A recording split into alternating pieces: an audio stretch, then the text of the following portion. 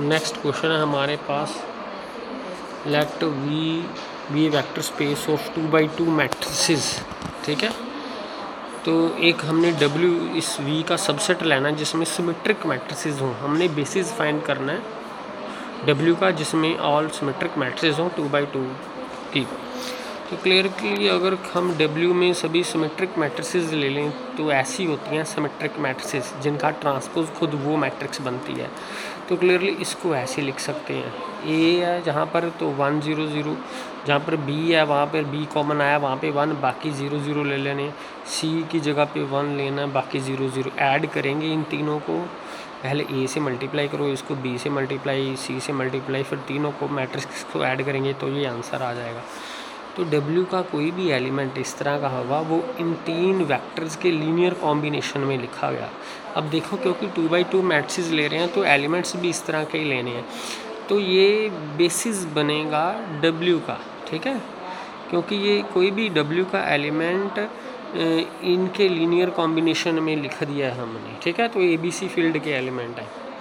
अब हमने शो कर हम ये Li भी होनी चाहिए, तो Li के लिए ये Li भी हैं। Li शो करने का तरीका क्या है कि इनके लीनियर कॉम्बिनेशन को हम 0 के बराबर पुट कर देंगे। यहाँ पे 0 आ गई 2x2 मैट्रिक्स वाली लेनी है। अब इनको ऐसे मल्टीप्लाई कर दिया, फिर ऐड करेंगे। ठीक है, तो ऐसे लिख दिया जाएगा। अब equality of matrices alpha beta gamma, alpha भी 0 के बराबर है, बीटा भी 0 के बराबर है, तो सभी स्केलर्स 0 आ गए। तो स्केलर्स के साथ ही इनका लीनियर कॉम्बिनेशन 0 के बराबर लिख दिया। 0 जहाँ पे 2x2 वाली लेनी है, तो अगर सारे स्केलर 0 आ जाएं तो जो वो सेट होता है वो Li होता है। तो ये Li सेट भी बन गया और जनरेट भी करता है W को। तो इसमें 3 एलिमेंट, बेसिस में 3 एलिमेंट हो गए, तो W का ये बेसिस बन गया। ये वाला ये W का बेसिस बन गया। 3 एलिमेंट है, जितने एलिमेंट होते हैं बेसिस में उतनी ही W की डायमेंशन होती है, तो वो भी 3 आ जाएगी। अब एक और क्वेश्चन है कि एक सब स्पेस है Fx का जनरेटेड बाय दिस, ये 4 एलिमेंट्स के द्वारा जनरेटेड है W, और Fx में सभी पोलिनोमियल्स। तो हमने W का बेसिस और डायमेंशन निकालना है। तो क्लियरली W में जो मैक्सिमम डिग्री आ रही है x3 आ रही है, तो कोई भी पोलिनोमियल है x3 तक के लिए ये वाला बेसिस होता है। ये मैं पहले आपको बता चुका हूँ। कोई भी पोलिनोमियल है x3 डिग्री तक, इनको इसके लीनियर कॉम्बिनेशन में हम लिख सकते हैं। ठीक है, जैसे कोई भी ये पोलिनोमियल है a0 a1x a2x² a3x cube, तो क्लियरली ये इनके लीनियर कॉम्बिनेशन में लिखी गई।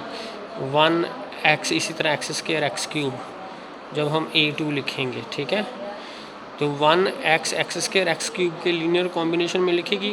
ai's जो होते हैं स्केलर एलिमेंट होते हैं फील्ड के, तो कोई भी एलिमेंट है W का, चारों के चारे इसके लीनियर कॉम्बिनेशन में लिखे जाएंगे। तो इनके कोऑर्डिनेट वेक्टर्स निकाल लेने हैं। कोऑर्डिनेट वेक्टर से पता है कि किसी भी एलिमेंट को बेसिस के लीनियर कॉम्बिनेशन में लिखना है, और जो स्केलर्स होते हैं वो कोऑर्डिनेट वेक्टर होता है इसका with respect to the basis.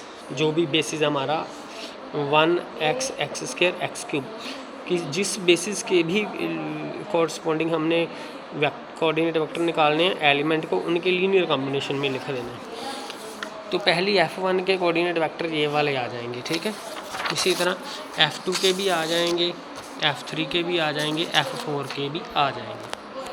तो एक तो ये तरीका है। एक तो सीधा तरीका है कि वो मैं आपको पहले बताया था कि कोई भी जितने डायमेंशनल वेक्टर स्पेस है, क्योंकि 3 डिग्री तक ले रहे हैं तो इसमें कितनी डायमेंशन होगी, 4 डायमेंशन होगी, मतलब तो 4 होंगे एलिमेंट उसमें।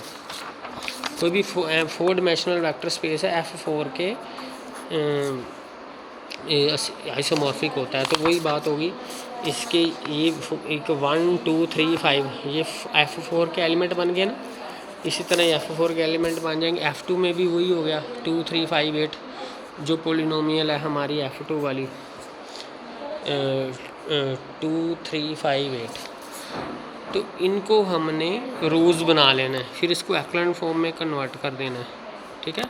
एक्लन फॉर्म में पहले ही बता चुका हूँ आपको, एक बार दोबारा आपको रिपीट करता हूँ। पहली रो की नॉन जीरो एंट्री है, उसके नीचे सभी ज़ीरो बना लेने हैं, सभी ज़ीरो बना ली।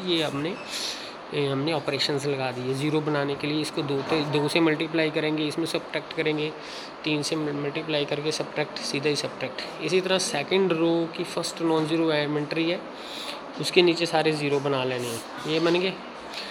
अब कुछ नहीं करना, सब जीरो बन गए। अब इनकी कोई नॉन जीरो एंट्रीज आई नहीं, तो जितनी नॉन जीरो रोज़ होती हैं वो LI होती हैं, ठीक है। इसका मतलब पहली रो किसके कॉरस्पॉन्डिंग है, F1 के, ये भी देखना पड़ेगा। दूसरी रो इसके कॉरस्पॉन्डिंग है F2 के, तो ये F1 F2 वाले हमने ले लेने हैं, ये LI हैं। अगर F3 और F4 वाले एलिमेंट ऐड करेंगे तो वो LD सेट बन जाएगा। तो एक हमने ये भी थ्योरम पढ़ी है कि spanning set is same as, इसमें से जीरो माइनस कर निकाल दें। तो क्लियरली वो 4 एलिमेंट है W को स्पैन कर रहे हैं, एक F1 वाला, एक F2 वाला, एक F3 वाला, एक F4 वाला। लेकिन अब देखो 2 तो जीरो वाले निकल गए, इसका मतलब जो स्पैनिंग सेट है सेम एज दिस आएगा, जीरोज़ माइनस निकाल सकते हैं। तो स्पैनिंग सेट तो सेम रहेगा दोनों का, और ये LI भी हैं। अब 2 एलिमेंट स्पैनिंग सेट सेम है, LI भी हैं, तो ये 2 एलिमेंट बेसिस बनेंगे, ठीक है। सो W के बेसिस में सिर्फ 2 एलिमेंट आ जाएंगे। ये ऐसे ही करने हैं सारे क्वेश्चंस। तो इसकी डायमेंशन कितनी आ जाएगी, 2 आ जाएगी, जितने बेसिस में एलिमेंट।